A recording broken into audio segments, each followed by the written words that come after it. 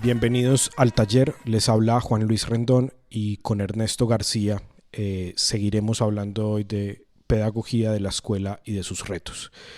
Llegamos al programa número 30 y como les habíamos anunciado, aparte de Ernesto y yo, tenemos pues una invitada muy especial, pero además ya se van a dar cuenta, tenemos una sorpresa adicional que logramos concretar en el último minuto.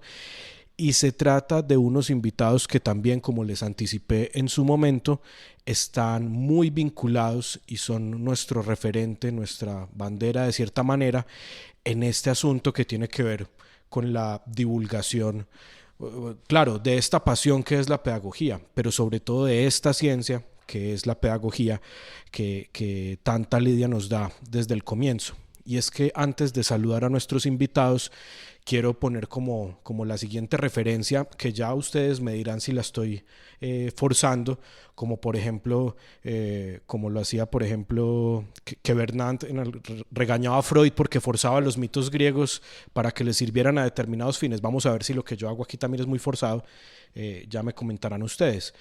Pero es que pareciera ser que desde el nacimiento de nuestra ciencia de la pedagogía, como que por un lado va el trabajo práctico y definitivamente el trabajo estrictamente científico va por otro lado. Y ahí tenemos el ejemplo con Pestalozzi y Herbart, ¿cierto? O sea, Pestalozzi estuvo allá metido en la escuela, en todos los espacios posibles de la escuela, pero su publicaciones sobre todo, cartas sobre esto, epístolas sobre aquello, ideas sobre tal, pero en Pestalozzi no vamos a encontrar fácilmente un tratado, un discurso final, ¿cierto? Y en cambio Herbart, que estuvo allá aprendiendo de la experiencia de Pestalozzi y tal, pues nunca pisó la escuela, pero sí tuvo forma de dedicarse a escribir su tratado, a escribir su compendio, su pedagogía general, etcétera. Entonces pareciera ser que desde el principio nos ha costado mucho compaginar esas dos actividades, ¿cierto? Pero vale una aclaración para ti y para todos los oyentes ahora y en el futuro. No es cierto que Herbart, digamos, saca su discurso pedagógico de la visita a Pestalozzi. Él, primero que nada, fue 3 años maestro del conde, yo no me acuerdo cuál, el formador de sus 3 hijitos. Fue su primer trabajo una vez licenciado en filosofía. Y hay que tener en cuenta eso es porque entonces la escuela como institución apenas era un postulado. 1790, 1808, 1802, 5, era un postulado que entre otros Pestalozzi y Froebel también al mismo tiempo, por la misma época, y los alemanes y bueno, otros en toda Europa, eran los abanderados, los pioneros de una institución que estaba postulada desde Comenio, pero que no había sido inventada realmente. Entonces, no es cierto pues que Herbart es solo teórico.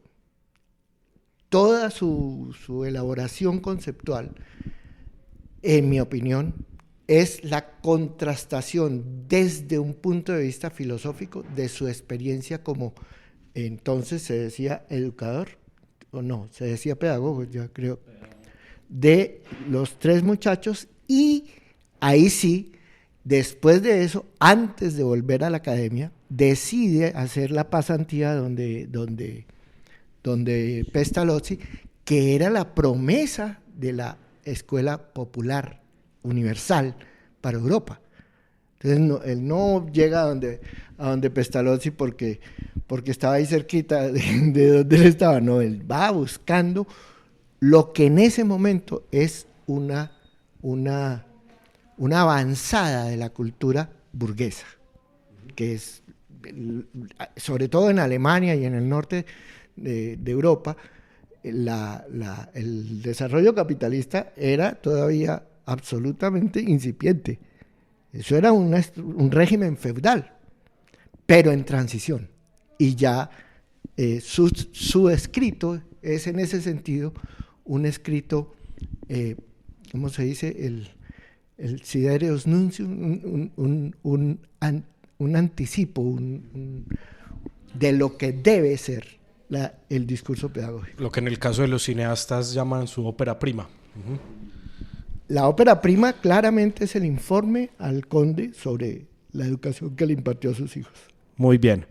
Bueno, pero volviendo sobre la presentación de nuestros invitados de hoy, entonces son, como les decía, esa dificultad que parece que siempre tenemos, que es que o estamos en el aula de clase o estamos intentando entender qué quiere decir esa cosa que se llama enseñar, ¿cierto? Y que es muy difícil entonces habitar en ambos mundos. Estamos aquí con dos invitados que lo han logrado, que han encontrado espacios, formas, sobre todo, como les decía, uno que fue referente para nosotros a la hora de empezar aquí en el taller, que es el programa de radio El Abecedario de la Universidad de Antioquia, de la emisora cultural de la Universidad de Antioquia. El programa, me corregirán ahorita, se transmite regularmente los domingos a las 8 de la mañana. ¿Cierto? 8:30, muy bien, muchas gracias.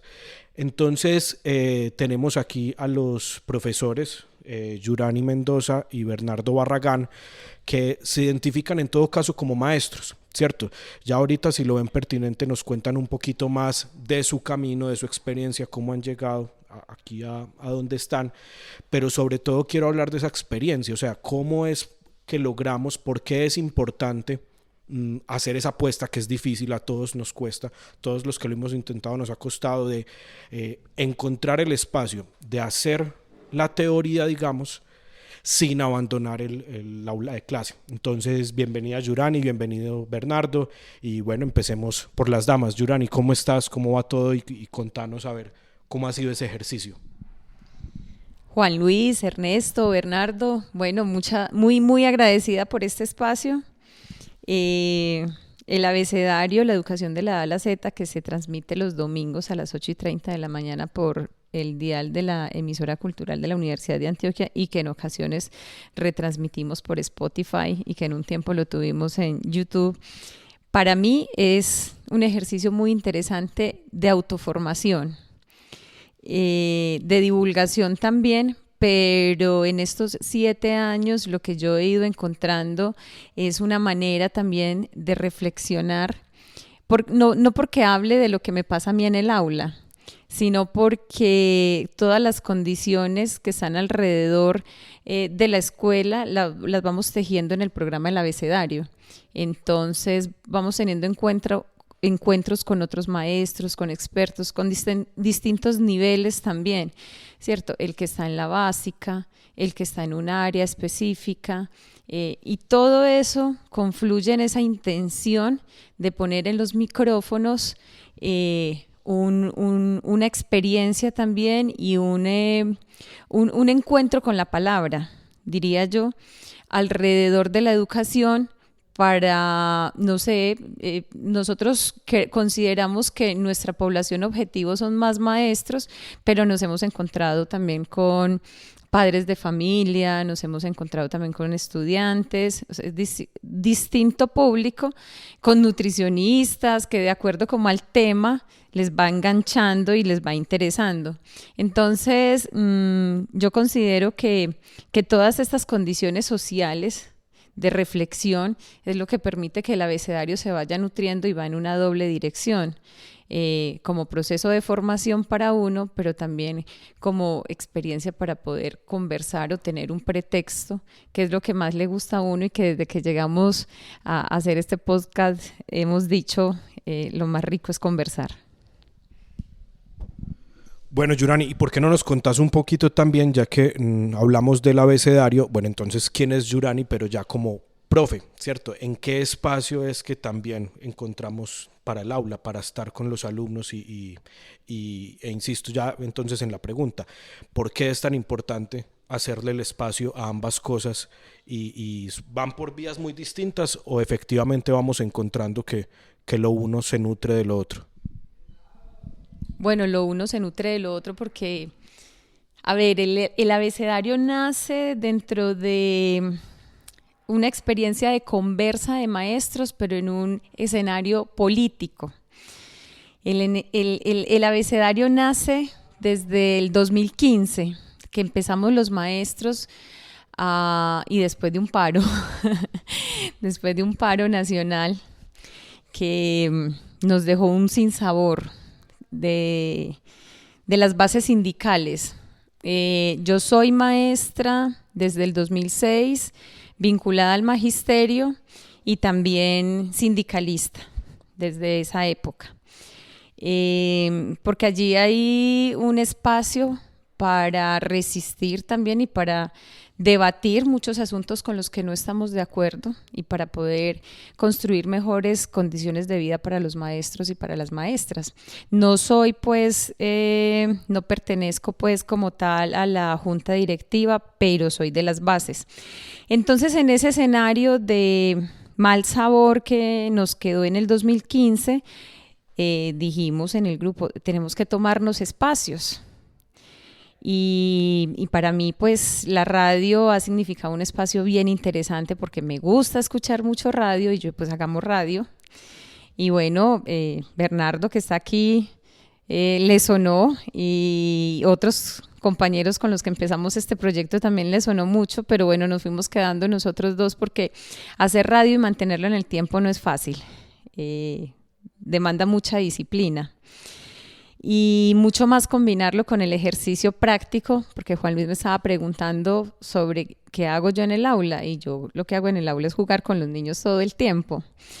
Pero me gusta mucho y la relación que yo encuentro es porque mi escenario pues son los niños de 5 años y yo creo que ese proceso de autoformación le va permitiendo una relación a uno con los niños un poco distinta, muy diferente. Más rica, ¿cierto? Sí. Rica para uno y rica para ellos. Los empieza uno a ver distintos, porque claro, como ya se va llenando uno de tantos elementos, porque pasan tantos colegas acá a través del micrófono del abecedario y uno, que le permiten a uno pensar algo que nunca antes había pensado. Por eso para mí el abecedario es eso, poder pensar muchísimos otros asuntos que hay alrededor de la escuela, de las mismas familias, de la misma infancia, o sea, de muchos asuntos que convergen en lo que nosotros llamamos lo educativo de la A a la Z, lo que decimos de la A a la Z. Entonces, son muchas cuestiones que a mí me permiten tener un relacionamiento distinto que no está medido por ninguna variable más allá de la pasión y de la gracia que tiene poderme acercar a los niños de una manera distinta, porque cada vez me siento una maestra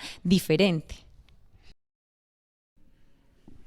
Muy, muy rica eso. No te había oído nunca esta historia, Yorani, y pues agradezco a este programa y a Juan Luis que se inventa estas invitaciones, porque ahí en tu recuento para nuestra audiencia veo en los hechos el postulado primero de Herbart, justamente. Él tiene un primer escrito que se llama, anterior a la pedagogía general, es el segundo, pues primero publicó las lecciones de un educador, eso se llamaba de un tutor, y luego publicó un texto que se llama Primeras lecciones de pedagogía, que es realmente ese es el primer informe después de su visita de donde Pestalozzi. Y en ese escrito, el primer capítulo se llama Ciencia y Arte, Teoría y Práctica, capítulo 1. Y ahí encontré muy tempranamente, para mí afortunado, esto que tú estás contando y mostrando. Dice Herbart, el discurso científico, digamos, la pedagogía como discurso científico, no hace mejor al maestro. Enriquece su tacto pedagógico. El que hace un mejor maestro es el tacto enriquecido.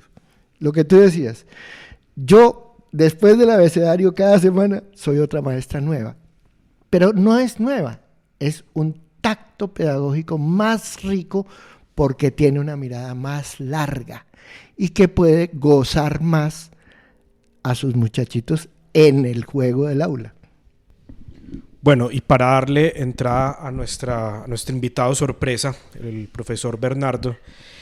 Bernardo, una pregunta. Colado. Pues llevamos ya escuchando el abecedario entonces 7 años más o menos, ¿cierto? Sí. Y en estos 7 años, ¿cómo se ha transformado el programa en el sentido de qué se ha aprendido? Es decir, ¿cuáles han sido, pues digámoslo así, equivocaciones, descubrimientos sobre qué quiere decir hacer divulgación en este mundo de los maestros? Bueno, una pregunta bien interesante, pero bien difícil. Sí, de hecho, esa intención política el programa la ha mantenido. Y el programa, por ejemplo, se ha movido entre asuntos del orden coyuntural. Por ejemplo, todo el proyecto que se plantea en las elecciones en las que resulta ganador Gustavo Petro, para nosotros se convirtió en un lugar interesante para conversar frente a la relación entre el país y lo educativo, por ejemplo. Porque antes nosotros hacíamos un programa muy acartonado, con un guión muy elaborado y fundamentalmente tenía una intención de trabajo sobre las áreas. Y en ese sentido no nos permitíamos en ese momento como intentar movilizar otras cosas. Luego se fueron movilizando asuntos del orden coyuntural, de los maestros, de estudiantes, de las problemáticas que hay alrededor, por ejemplo, de la primera infancia, de género, etcétera, etcétera. A ver, hay errores de dos órdenes fundamentalmente, que cuando uno escucha pues el programa goza mucho con eso, y eso es lo bonito de la radio, ¿cierto? Que le permite a uno eso. Y hay un asunto del orden formal, técnico, donde suceden muchas cosas, ¿cierto? Todo el que ha hecho radio sabe que eso ocurre, pero hay asuntos como de imprecisiones a veces que cometemos que resultan, digamos, problemáticas de pronto para algunos que escuchan la radio también de pronto en una perspectiva como más buscando respuestas exactas, etcétera. Entonces, digamos que en ese sentido ha sido como los problemas que hemos tenido fundamentalmente en el abecedario. Pero hoy el abecedario yo lo siento como en el orden de la divulgación, precisamente como una conversa, siempre una conversa que nos permite a nosotros traer algo que para nosotros es muy importante, y es la voz del maestro. De hecho, en el principio, cuando se piensa en el programa, en la creación del programa, nosotros decimos, no, queremos como que el maestro tenga voz, que tenga un lugar donde decir, donde contar, sin acartonamientos, sin referencias exhaustivas, aunque también es bueno decirlo, hemos encontrado maestros que cuando trabajamos un tema con ellos se esfuerzan mucho en ser muy exhaustivos en la referencia a teóricos. Entonces son referenciando un teórico, otro y otro. Entonces nos parece también como especial eso. Pero hay otros maestros que hablan siempre desde la experiencia. Yo estaba pensando aquí que en el orden de lo divulgativo, este programa hace pedagogía en el sentido de que logra, porque lo tenemos por experiencia. Hay gente que nos ha escrito de lugares inusuales, ¿cierto? Maestras y maestros que están en unas veredas por allá lejos, de lugares donde uno no creería que el programa, por ejemplo, le podría llegar, y de hecho les llegaba. Nos han escrito pues preguntándonos, incluso desesperados, que por qué no les llega el programa o por qué no lo escucharon, todas esas cosas. Entonces, hace pedagogía en el sentido que se le está intentando mostrar al maestro un poco, y quiero aquí entonces traer a Gramsci, de lo que es el maestro como un intelectual orgánico, es decir, alguien que tiene que pensar pero tiene que hacer, ¿cierto? Alguien que no puede separar eso del pensar y el hacer, y en la conversación que Ernesto trae pues del asunto de lo que significa para Herbart poder construir una experiencia teórica a partir de una experiencia práctica es muy importante. Y por supuesto que hay que recordar que en Pestalozzi eso es, yo diría que estéticamente muy bien elaborado cuando él dice mente, corazón y mano, ¿cierto? Es un poco esa intención de, yo creo que mi punto de vista es, uno dice siempre, bueno, relacionar, unir teoría práctica, pero yo pienso que no están separadas. Es decir, es muy difícil, y esa es la queja de Gramsci, es muy difícil uno acontecer teóricamente por acá y prácticamente por acá. Y yo lo digo pues en mi experiencia como profesor en la universidad, ¿cierto? En la Universidad de Antioquia, y es que el abecedario siempre me ha servido a mí para una cosa que es que a mí me gusta hacer mucho, pero que él ha ido, digamos, como mejorando, bueno, no sé si esa sea la expresión, como estetizando, cuidándola más, y es el conversar. Y entonces yo le contaba a Yura el otro día que estaba evaluando uno de mis cursos, pues conversando con los estudiantes alrededor de las sensaciones del curso, de un curso de teorías curriculares y contextos. Entonces, ¿sabe qué decían los estudiantes? Profe, lo mejor que nosotros hicimos en este curso y que nos gustó mucho es que conversamos mucho, porque usted invita a la conversación, usted le gusta conversar, y yo creo que eso lo aprendimos del abecedario, ¿cierto? Hemos aprendido a conversar, y yo creo que eso, bueno, puede que no sea suficiente, pero sí es muy interesante en un ejercicio que a veces en la academia es bastante soso, bastante gris, bastante que se pone en la estratosfera y no se trae pues a la vida misma, etc.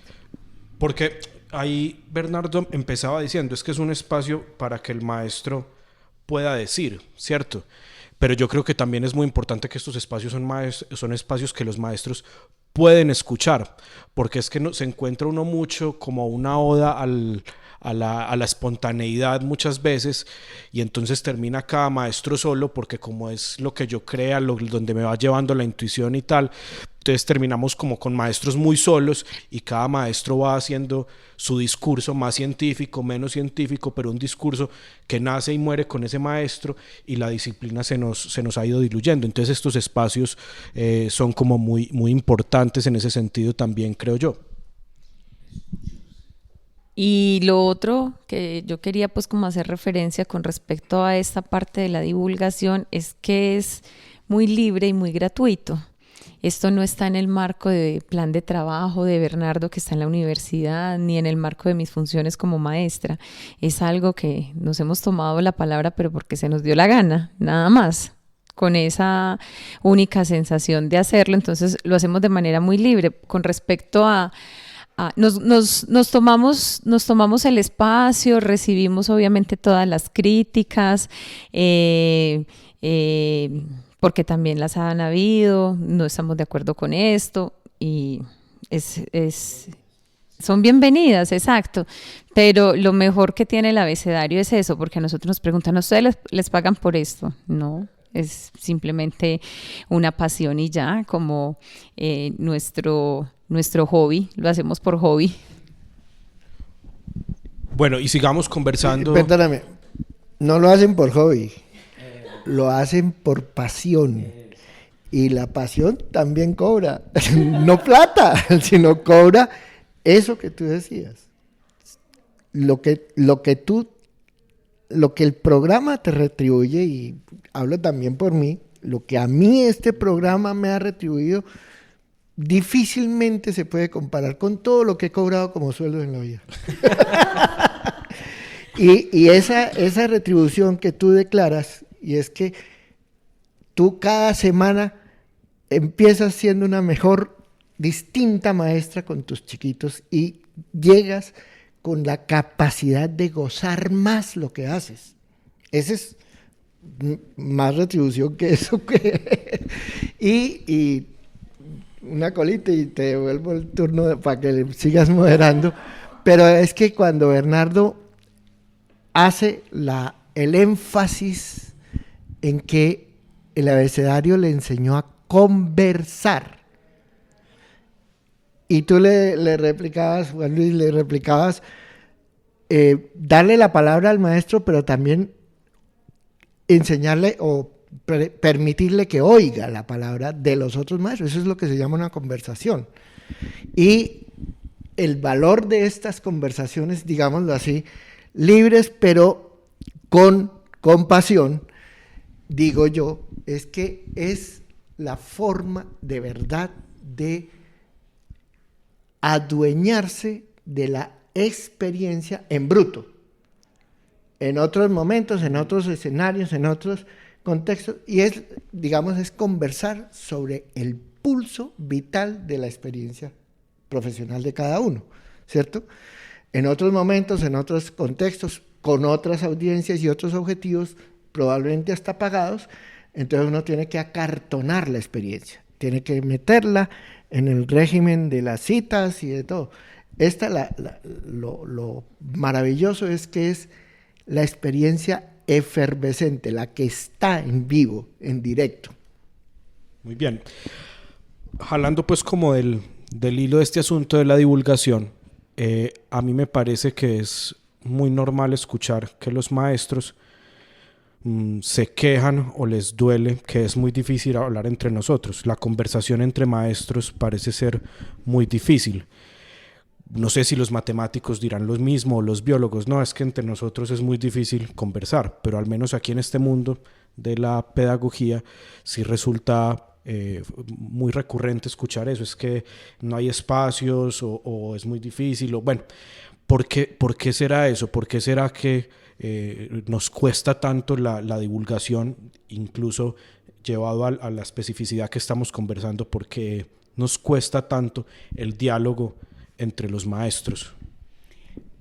Pero si me permite la profesora Giovanni, voy a decir una cosita pequeñita respecto a lo que Juan Luis acaba de señalar, y es que precisamente, por ejemplo, y creo que en el programa de ustedes también sucede, creo, porque sucede en el programa de nosotros, aunque nosotros, por ejemplo, muchas veces hemos hablado de pedagogos, pero lo que hacemos es que cuando hablamos de ese pedagogo no lo agotamos. Es decir, nosotros no nos esforzamos por agotar, por ejemplo, un concepto de pedagogía, sino que hablamos de eso. ¿Y eso qué genera? Precisamente a través de la escucha, una conversa, esperamos que siempre sea bien llevada, que el maestro incluso se acerque a los pedagogos. Entonces, lo que es divulgación resulta un acercamiento, en este caso, y como les gusta a ustedes decir, de la ciencia pedagógica. No, claro, siempre decimos que es un abrebocas, es como algo muy corto porque pues también en 30 minutos no se condensa el tema, porque son temas muy abiertos, muy abiertos. Precisamente una conversación tiene esa característica, usted sabe dónde empieza pero no sabe dónde termina, porque es el carácter informal que también tiene la radio y el podcast también, ¿cierto? Ya pues que estamos como aprovechándonos también de las nuevas plataformas también para poder hacer esta divulgación y para poder formarnos y autoformarnos y aprender. Pero yo creo que con respecto a lo que dice Ernesto de que casi no nos escuchamos, es que yo creo que también hay una herencia en un rol de maestro que siempre habla, siempre es el que habla, entonces por eso es tan difícil la escucha y seguramente nos tocará trochar todavía mucho más para que más maestros nos escuchen, porque yo creo que, y yo soy seguidora del taller y todo, y uno dice, ay no, tantas bobadas que publican y tienen un K o millones de visualizaciones y nuestros programas no alcanzan a llegar a 500. No, es que 500 es un montón, cuando uno pasa de 80, porque nosotros tuvimos también el programa en YouTube y cuando pasaba de 80 uno era feliz. Entonces yo creo que es el reto que tenemos que hacer en este tiempo para hacer algo distinto pues más adelante, y si no pasa nada pues igual nos lo disfrutamos y con eso tenemos. De eso se trataba, pero sí quisiera yo puntualizar algo más allá de lo que ustedes han planteado, que por supuesto tiene que ver con la experiencia real de quienes nos lanzamos a alguna aventura de estas.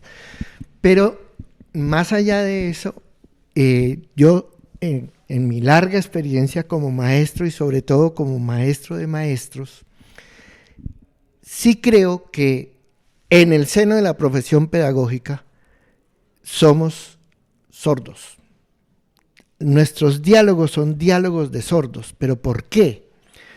Porque, como señalaba Juan Luis, nos hemos dejado encerrar en el pensamiento espontaneísta. Entonces, si no hay marcos comunes construidos entre los conversadores, si no hay marcos comunes, no hay de dónde ni para qué escuchar al otro. Y tampoco yo hablo no para ser escuchado, sino para hablar.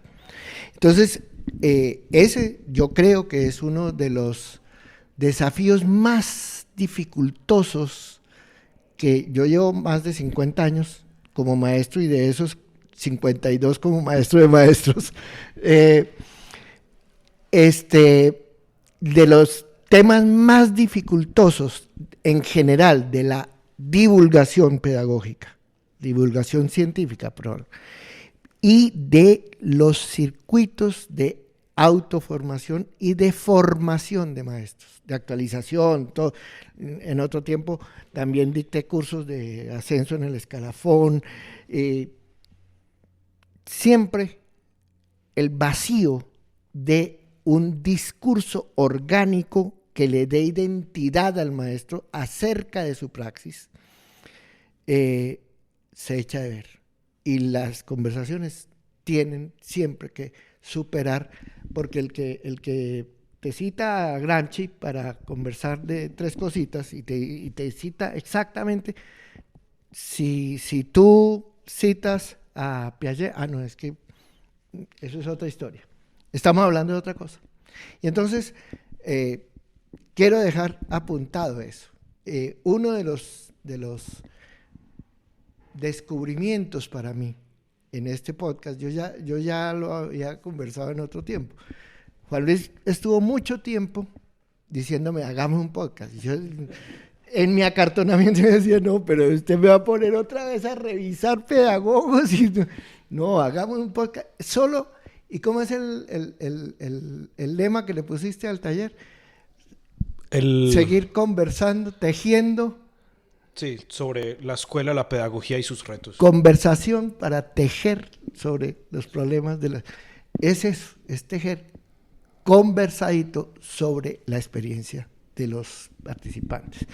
Y eso es un ejercicio que en general los maestros y los profesores en las facultades de educación no hemos pagado la matrícula, no hemos aprendido a hablar desde marcos discursivos, ideológicos y teóricos compartidos, sino cada cual dentro de su, o peor aún, en el espontaneísmo, lo que se me ocurre porque se me ocurrió a mí. Y a mí me funciona en el aula, sí, a usted le funciona en el aula, pero eso no es un discurso pedagógico. No, iba a decir que de hecho el programa de ustedes, por ejemplo, que se enfrenta a ese asunto de los retos de la pedagogía, y en ese ejercicio entonces elaboran, como dicen ustedes, tejen un poco de cosas. A mí me parece que eso que llamamos pues divulgación es importante además porque hace, por ejemplo, que, insisto, que la pedagogía no se minimice ni se infantilice, sino que se ponga en una voz que lo que permite ver es cómo en esa voz se relaciona el hacer y el pensar. Porque miren, nosotros en los invitados que hemos tenido, Yura y yo, cuando estamos, después de que terminamos el programa con algunos invitados, siempre decimos, ve, este invitado como es de fluido, de tranquilo, pero es porque parece ser que es alguien que sabe conversar y escuchar también. Entonces, porque hay también unos invitados, como voy a decirlo así, pues con todo respeto, pero como medio sordos. Es decir, que están enfrascados es en decir lo que quieren decir, no se dejan movilizar en la conversación. Y eso es muy, muy difícil, porque uno es tratando de moverlos hacia otro lugar y ellos no, instalados en ese lugar sordo que es muy problemático. Y eso también lo hemos podido aprender nosotros en el programa. Es decir, hay invitados que son inamovibles en su lugar, insisten y denle. Y yo que soy, bueno, creo que soy como más cansón, pues más molestón y los movilizo, a veces hasta chistes, nada. No.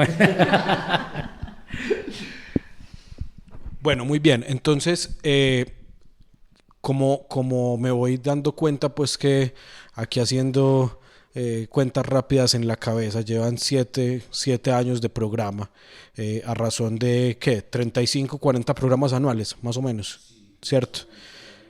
Entonces ya van un par de centenas de invitados por esos micrófonos. Conversemos un poquito, ¿cierto? Porque aquí hemos especulado, Ernesto y yo, en otras ocasiones, cuáles son las preocupaciones, qué es lo que están viviendo en el aula los maestros de hoy, lo que más los agita, pero ustedes tienen una muestra, no más que casi 300 conversaciones. ¿Qué es lo que hoy más nos reclama pues, teoría y nos reclama divulgación? ¿Cuál es la conversación pendiente que más nos angustia a los maestros de hoy? No, yo creo que hay es como, hay muchos lugares pues comunes que uno encuentra en los maestros, pero bueno, algunos de esos lo llaman como si los maestros se quejaran, pero yo creo que más que quejas es una preocupación, ¿cierto? Una preocupación que ellos tienen, y es que, por ejemplo, como nosotros entrevistamos maestros que son de la educación superior, profesores de la universidad, pero también de la básica y también estudiantes, lo que uno nota es que a veces el profesor de la básica a veces quiere parecerse al profesor de la educación superior, ¿cierto? Y el profesor de la educación superior a veces como que no desdeña un poco a esa experiencia de lo básico. Yo creo que es una conversación importante, porque esa articulación muchas veces se pierde. ¿Y dónde la encuentra uno interesante? En profesores que están en los dos lugares. Entonces, ellos a veces siempre dicen, no, es que yo también enseño en la universidad, y comienzan a establecer unas relaciones interesantes. Yo creo que eso es una conversación pendiente de esa articulación, porque siempre habría que preguntarse, bueno, porque los profesores de la universidad escasamente vamos a la básica, solamente a veces con las prácticas pedagógicas investigativas, como me llaman ahora, pero eso, la universidad a veces es una burbuja, ¿cierto?, donde los académicos están solamente un poco ensimismados en su claustro, etcétera, y se olvidan un poco de todo lo que está pasando en la escuela o en la escuela básica, y a veces uno siente cierta como anhelo del maestro de la básica por llegar a la educación superior, como si eso fuera un salto importante, y eso es muy problemático, que es una conversación también interesante, y es cómo se produce esa experiencia en la básica, y también porque a veces se cuenta tan poquito, ¿cierto? Porque no se muestra, no se dice, que es un poco lo que nosotros también intentamos con el programa en el abecedario. Yo diría que esas son dos asuntos interesantes.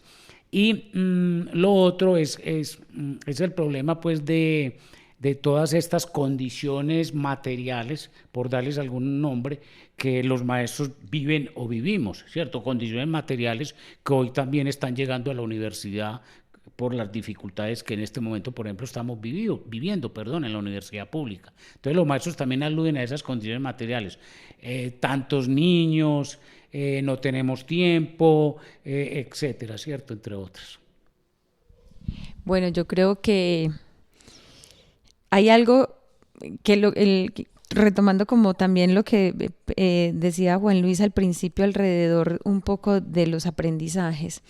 Y yo creo que hay una deuda que no sabría cómo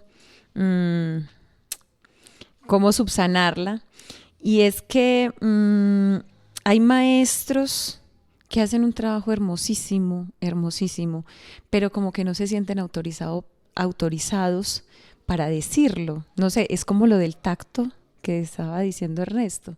Es una cosa que uno dice, admiro esas clases, admiro esa relación con esos estudiantes, pero yo le digo, venga, profe, vamos a hablar. No.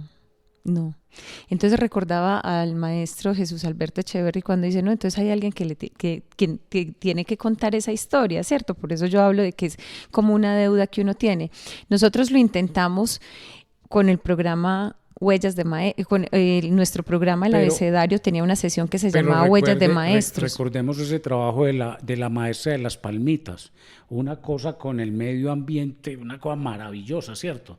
Y el entusiasmo, la pasión que ella contaba, que resuelve muchas de esas cosas que uno cree que, como se dice, no, es que los maestros en la escuela que no están pensando, que no están haciendo, eso no es verdad. No es verdad, pero sin embargo, ella era una profe que escucha y escuchaba el abecedario, pero una profe que había tejido durante 20 años una cosa muy hermosa, ¿cierto? Acá en Medellín. Entonces, se le notaba un trabajo muy juicioso y un trabajo a nivel escrito también, pero digamos que ella es una profe que está autorizada, pero lo que yo me refiero es esos profes que ellos mismos no se autorizan, o sea, hacen un trabajo muy bonito en el aula, pero ellos mismos sienten que no, o sea, apagan su voz. Entonces, eso es lo que yo me refiero. Yo hice unos ejercicios al principio porque, bueno, por cuestiones también de tiempo, decidimos que íbamos a dejar solo la sesión del palabrero y hoy el abecedario, hace más o menos 5 años, el abecedario viene trabajando, 4 después de pandemia, viene trabajando únicamente lo que es el palabrero, que es la conversación, pero nosotros al principio, si uno escucha los 2 primeros años que muy juiciosamente tenemos en YouTube, hay una sesión que se llama Huellas de Maestros. Y eran de 5 minutos y era precisamente esa es una deuda que tenemos de volver a retomar esa sesión, porque lo que se pretendía era hablar de esa experiencia. Y me parece ahora también, hablando un poco como sobre esas necesidades, yo veo el canal de Adida de YouTube y también unos programas de radio, y allí también veo que hay, y de hecho desde Corrientes, desde el mismo sindicato, también están interesados en empezar a indagar qué es lo que está pasando en el aula y visibilizarlo a través de medios. Entonces me parece que estamos en un buen momento para empezar a visibilizar, necesitamos muchos oídos para empezar a escuchar y muchos ojos también para ver, y ya como para hablar, Alberto Echeverry siempre también nos dice y nos alienta mucho con el programa y nos dice, no, incursionen en la televisión también. Ahí está pintado Alberto. Pero hay una cosa que yo quisiera, pues sí, aprovechar lo que explican Bernardo y Yurani de su muy importante experiencia y trayectoria. Nosotros aquí, y aprovecho también para meter la cuña, hemos insistido todas las semanas en que nuestra intención primordial de fondo es que se genere una auténtica comunidad de conversación alrededor de... Y entonces por eso necesitamos y pedimos que los oyentes nos escriban. Yo no entiendo muy bien de tecnología, pero Juan Luis decía en el programa pasado, decía que se han pasado de YouTube a Spotify y eso limita la posibilidad de que hablen, de que nos escriban. Sobre todo pues nos dificulta conocer el nombre, nombrar a los nuevos. Pero en Spotify ellos también pueden poner sus inquietudes, pueden dejar sus comentarios, por supuesto. Eso es para nosotros que estamos apenas pichoncitos empezando, yo creo que es una expectativa muy importante. Las reacciones al programa de cada semana. Es la razón por la cual entonces también hemos diseñado que vamos a meternos en los pulsos normales, institucionales de la vida del maestro. Entonces hoy ya vamos a vacaciones y volvemos cuando volvamos con los maestros. Ese era un tema. Uno es que los maestros nos retroalimenten. Porque no es porque nos retroalimenten, sino para que la conversación fluya realmente. porque uno no sabe aquí qué está suscitando. Y el tema que Yura pone sobre la mesa, ese sí que es un tema grave y dificultoso, sobre el que yo en alguna época de mi vida estuve trabajando intensivamente. En la época, de hecho, en que llegué a Herbart en teoría y práctica y cuando descubrí por Herbart la magia del tacto pedagógico. Él dice, Herbart, que más o menos la cita es mucho más bella y brillante de lo que yo voy a decir, pero es esto: he conocido muchos maestros con mucha experiencia que sin embargo no saben dar cuenta de ella. Y he conocido muchos maestros, y todos los conocemos, con mucha teoría que no enriquecieron su aula. Estos maestros de gran experiencia, vivida apasionadamente, etcétera, como la que nos cuentas, de pronto seguro tienes en mente a una persona concreta, son muchos. Y es ahí donde creo que un programa como este nuestro tiene que perseverar, y es darle la palabra al maestro que tiene una experiencia que amerita explotación razonable, explotación en conversación, que no tiene interés ni necesidad de ir a la universidad a enseñar o a cátedra, pero sí tiene mucho que enseñar de su experiencia ricamente vivida en seguramente muchos años.